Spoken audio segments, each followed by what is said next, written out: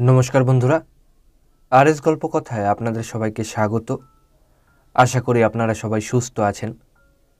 বন্ধুরা, আজ আপনারা শুনবেন শ্রী বিভূতিভূষণ বন্দ্যোপাধ্যায়ের লেখা একটি ছোট গল্প, তাল নবমী।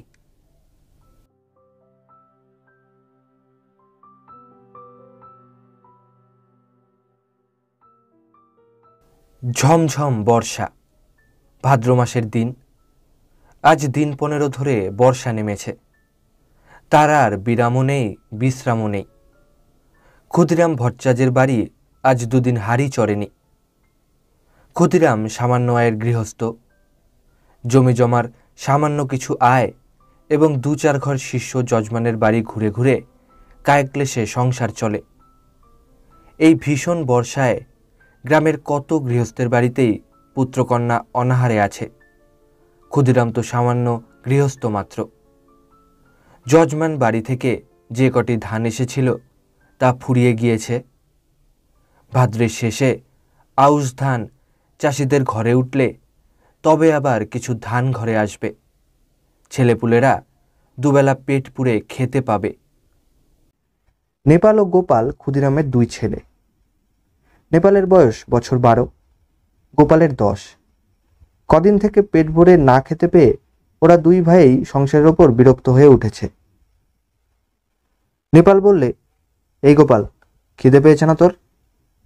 গোপাল ছিপ চাষতে বললে, দাদা। মাকে গিয়ে বল, আমারও পেট চুই চুই করছে। মা বকে, তুমি যাও দাদা। বকুকে, আমার নাম করে মাকে বলতে পারবি না? এমন সময় পাড়ার শিবু বাড়ুজ্যের ছেলে চুনিকে আসতে দেখে নেপাল ডাকলে, ও চুনি, শুনে যা। চুনি বয়সে নেপালের চেয়ে বড়, অবস্থা সম্পন্ন গৃহস্থের ছেলে, বেশ চেহারা। নেপালের ডাকে সে ওদের উঠোনের বেড়ার কাছে দাঁড়িয়ে বললে, কি? আয় না ভেতরে। না, যাব না, বেলা যাচ্ছে। আমি জটি পিসিমাদের বাড়ি যাচ্ছি। মা সেখানে রয়েছে কি না ডাকতে যাচ্ছি। কেন? তোর মা এখন সেখানে যে? ওদের ডাল ভাঙতে গিয়েছে। তাল নবমীর বের তো আসছে এই মঙ্গলবার। ওদের বাড়ির লোকজন খাবে। সত্যি? তা জানিস না বুঝি? আমাদের বাড়ি সবাইকে নেমন্তন্ন করবে, গায়েও বলবে। আমাদেরও করবে? সবাইকে যখন নেমন্তন্ন করবে, তোদের কি বাদ দেবে? চুনি চলে গেলে নেপাল ছোট ভাইকে বললে, আজ কি বার রে? তা তুই কি জানিস? আর শুক্রবার বোধ হয়, মঙ্গলবারে নেমন্তন্ন। গোপাল বললে, কি মজা না দাদা? চুপ করে থাক, তোর বুদ্ধি শুদ্ধি নেই। তাল নবমীর বের তো এ তালের বড়া করে, তুই জানিস? গোপাল সেটা জানতো না, কিন্তু দাদার মুখে শুনে খুব খুশি হয়ে উঠল। সত্যিই তা যদি হয়, তবে সে সুখাদ্য খাবার সম্ভাবনা বহু দূরবর্তী নয়, ঘনিয়ে এসেছে কাছে। আজ কি বার সে জানে না, সামনের মঙ্গলবারে। নিশ্চয় তার আর বেশি দেরি নেই। দাদার সঙ্গে বাড়ি যাবার পথে পড়ে জটি পিসিমার বাড়ি। নেপাল বললে, তুই দাঁড়া, ওদের বাড়ি ঢুকে দেখে আসি। ওদের বাড়ি তালের দরকার হবে, যদি তাল কেনে। এ গ্রামের মধ্যে তালের গাছ নেই, মাঠে প্রকাণ্ড তাল দিঘি। নেপাল সেখান থেকে তাল কুড়িয়ে এনে গায়ে বিক্রি করে। জটি পিসিমার সামনেই দাঁড়িয়ে। তিনি গ্রামের নটবর মুখুজ্জের স্ত্রী। ভালো নাম হরিমতি। গ্রাম শুদ্ধ ছেলে মেয়ে তাকে ডাকে জটি পিসিমা। পিসিমা বললেন, কিরে, তাল নেবে পিসিমা? হ্যাঁ, নেব বই কি, আমাদের তো দরকার হবে মঙ্গলবার। ঠিক এই সময়ে দাদার পিছু পিছু গোপাল এসে দাঁড়িয়েছে। জটি পিসিমা বললেন, পেছনে কে রে? গোপাল। তা সন্ধেবেলা 2 ভাইয়ে গিয়েছিলি কোথায়? নেপাল সলজ্জ মুখে বললে, মাছ ধরতে। পেলি? ওই 2টো পুঁটি আর একটা ছোবেলে। তাহলে যাই পিসিমা। আচ্ছা, এসো গে বাবা, সন্ধে হয়ে গেল। অন্ধকারে চলাফেরা করা ভালো নয় বর্ষাকালে। ছোটি পিসিমা তাল সম্বন্ধে আর কোনো আগ্রহ দেখালেন না, বা তাল নবমীর ব্রত উপলক্ষে তাদের নিমন্ত্রণ করার উল্লেখও করলেন না। যদিও দুজনেরই আশা ছিল হয়তো জটি পিসিমা তাদের দেখলেই নিমন্ত্রণ করবেন এখন। দরজার কাছে গিয়ে নেপাল আবার পিছন ফিরে জিজ্ঞেস করলে, তাল নেবেন তাহলে? তাল? তা দিয়ে যেও বাবা। কটা করে পয়সায়? 2টো করে দিচ্ছি পিসিমা। তা নেবেন আপনি 3টে করেই নেবেন। বেশ কালো হেরে তাল তো? আমাদের তালের পিঠে হবে তাল নবমীর দিন। ভালো তাল চাই। মিশ কালো তাল পাবেন, দেখে নেবেন আপনি।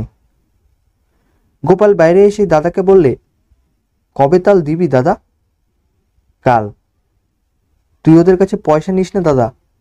নেপাল আশ্চর্য হয়ে বললে, কেন রে? তাহলে আমাদের নেমন্তন্ন করবে, দেখিস এখন। দূর, তা হয় না। আমি কষ্ট করে তাল কুড়াবো আর পয়সা নেব না। রাত্রে বৃষ্টি নামে, হু হু বাদলার হাওয়া সেই সঙ্গে। পূব দিকের জানলার কপাট দড়ি বাঁধা, হাওয়ায় দড়ি ছিঁড়ে সারা রাত খটখট শব্দ করে ঝড় বৃষ্টির দিনে। গোপালের ঘুম হয় না, তার যেন ভয় ভয় করে। সে শুয়ে শুয়ে ভাবছে, দাদা তাল যদি বিক্রি করে তবে ওরা আর নেমন্তন্ন করবে না। তা কখনো করে? খুব ভোরবেলা উঠে গোপাল দেখলে বাড়ির সবাই ঘুমিয়ে, কেউই তখন ওঠেনি। রাত্রের বৃষ্টি থেমে গিয়েছে, সামান্য একটু টিপটিপ বৃষ্টি পড়ছে। গোপাল এক ছুটে চলে গেল গ্রামের পাশে সেই তাল দিঘির ধারে। মাঠে 1 হাঁটু জল আর কাদা। গ্রামের উত্তরপাড়ার গণেশ কাউড়া লাঙল ঘাড়ে এই এত সকালে মাঠে যাচ্ছে। ওকে দেখে বললে, কি খোকা ঠাকুর, যাচ্ছ কোনে এত ভোরে? তাল কুড়ুতে দিঘির পারে। বড্ড সাপের ভয় খোকা ঠাকুর, বর্ষাকালে ওখানে যেও না একা একা। গোপাল ভয়ে ভয়ে দিঘির তাল পুকুরে তালের বনে ঢুকে তাল খুঁজতে লাগলো। বড় আর কালো কুচকুচে একটা মাত্র তাল প্রায় জলের ধারে পড়ে। সেটা কুড়িয়ে নিয়ে ফিরে আসবার পথে আরো গোটা 3 ছোট তাল পাওয়া গেল। ছেলে মানুষ, এত তাল বয়ে আনার সাধ্য নেই। 2টি মাত্র তাল নিয়ে সোজা একেবারে জটি পিসিমার বাড়ি হাজির। জটি পিসিমা সবেমাত্র সদর দোর খুলে দোরগোড়ায় জলের ধারা দিচ্ছেন। ওকে এত সকালে দেখে অবাক হয়ে বললেন, কিরে খোকা? গোপাল একগাল হেসে বললে, তোমার জন্য তাল এনেছি পিসিমা। জটি পিসিমা আর কিছু না বলে তাল দুটো হাতে করে নিয়ে বাড়ির ভেতরে চলে গেলেন। গোপাল একবার ভাবলে তাল নবমী কবে জিজ্ঞেস করে, কিন্তু সাহসে কুলোয় না তার। সারাদিন গোপালের মন খেলাধুলার ফাঁকে কেবলই অন্যমনস্ক হয়ে পড়ে। ঘন বর্ষার দুপুরে মুখ উঁচু করে দেখে নারকোল গাছের মাথা থেকে পাতা বেয়ে জল ঝরে পড়ছে। বাঁশঝাড় নুয়ে পড়েছে বাদলার হাওয়ায়। বকুলতলার ডোবায় কটকটে ব্যাঙের দল থেকে থেকে ডাকছে। গোপাল জিজ্ঞেস করলে, ব্যাঙগুলো আজকাল তেমন ডাকে না কেন মা?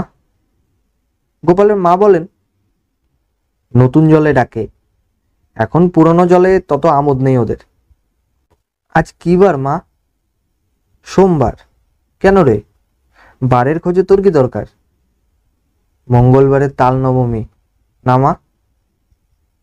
তা হয়তো হবে, কি জানি বাবু। নিজের হাড়িতে চাল জোটে না, তাল নবমীর খোঁজে কি দরকার আমার? সারাদিন কেটে গেল। নেপাল বিকেলের দিকে জিজ্ঞেস করলে, জটি পিসিমার বাড়িতে তাল দিয়েছিলি আজ সকালে? কোথায় পেলি তুই?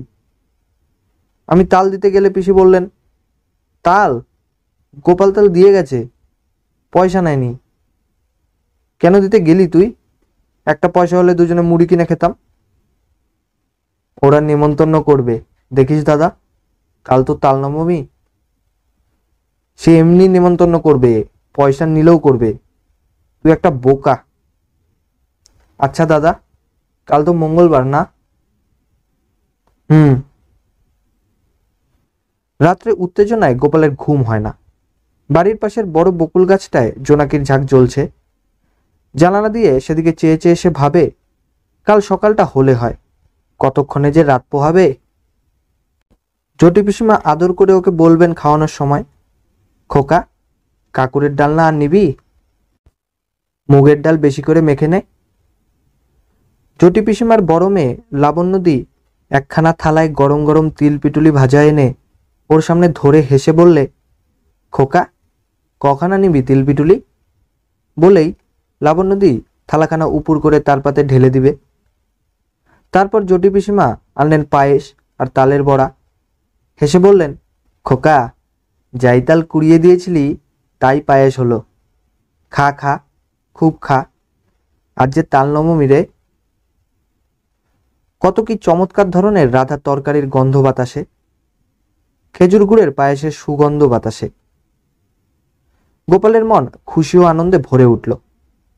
সে বসে বসে খাচ্ছে, কেবলই খাচ্ছে।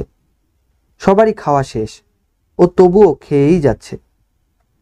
লাবণ্যদি হেসে হেসে বলছে, আর নিবি তালপিটুলি? ও গোপাল। হঠাৎ গোপাল চোখ চেয়ে দেখলে জানলার পাশে বর্ষার জলে ভেজা ঝোপঝাড় তাদের সেই আতা গাছটা। সে শুয়ে আছে তাদের বাড়িতে। মার হাতের মৃদু ঠেলায় ঘুম ভেঙেছে। মা পাশে দাঁড়িয়ে বলছেন, ওট ওট, বেলা হয়েছে কত, মেঘ করে আছে তাই বোঝা যাচ্ছে না। বোকার মতো ফ্যাল ফ্যাল করে সে মায়ের মুখের দিকে চেয়ে রইল। আজ কি বার মা? মঙ্গলবার। তাও তো বটে, আজই তো তাল নবমী। ঘুমের মধ্যে ওসব কি হিজিবিজি স্বপ্ন সে দেখছিল। বেলা আরো বাড়ল। ঘন মেঘাচ্ছন্ন বর্ষার দিনে যদিও বোঝা গেল না বেলা কতটা হয়েছে। গোপাল দরজার সামনে একটা কাঠের গুঁড়ির ওপর ঠায় বসে রইল। বৃষ্টি নেই একটুও। মেঘ জমকালো আকাশ। বাদলের সজল হাওয়ায় গা শিরশির করে। গোপাল আশায় আশায় বসে রইল বটে, কিন্তু কই, পিসিমাদের বাড়ি থেকে কেউ তো নেমন্তন্ন করতে এলো না। অনেক বেলায় তাদের পাড়ার জগবন্ধু চক্রবর্তী তার ছেলেমেয়ে নিয়ে সামনের পথ দিয়ে কোথায় যেন চলেছেন। তাদের পেছনে রাখাল রায় ও তার ছেলে শানু, তার পেছনে কালীবর বারুজ্যের বড় ছেলে পাঁচু আর ও পাড়ার হরেন। গোপাল ভাবলে, এরা যায় কোথায়? এই দলটি চলে যাবার কিছু পরে বুড়ো নবীন ভট্টাচার্য ও তার ছোট ভাই দিনু সঙ্গে একপাল ছেলেমেয়ে নিয়ে চলেছে। দিনু ভট্টাচার্যের ছেলে কুড়োরাম ওকে দেখে বললে, এখানে বসে কেন রে, যাবি নে? গোপাল বললে, কোথায় যাচ্ছিস তোরা? জটি পিসিমাদের বাড়ি তাল নবমীর নেমন্তন্ন খেতে। করেনি তোদের? ওরা বেছে বেছে বলেছে কি না, সবাইকে তো বলেনি। গোপাল হঠাৎ রাগে অভিমানে যেন দিশাহারা হয়ে গেল। রেগে দাঁড়িয়ে উঠে বললে, কেন করবে না আমাদের নেমন্তন্ন? আমরা এর পরে যাব। রাগ করবার মতো কি কথা সে বলেছে বুঝতে না পেরে কুড়োরাম অবাক হয়ে বললে, বারে, তাও অত রাগ করিস কেন, কি হয়েছে? ওরা চলে যাবার সঙ্গে সঙ্গে গোপালের চোখে জল এসে পড়ল, বোধহয় সংসারের অবিচার দেখেই। পথ চেয়ে সে বসে আছে আজ কদিন থেকে, কিন্তু তার কেবল পথ চাওয়াই সার হলো।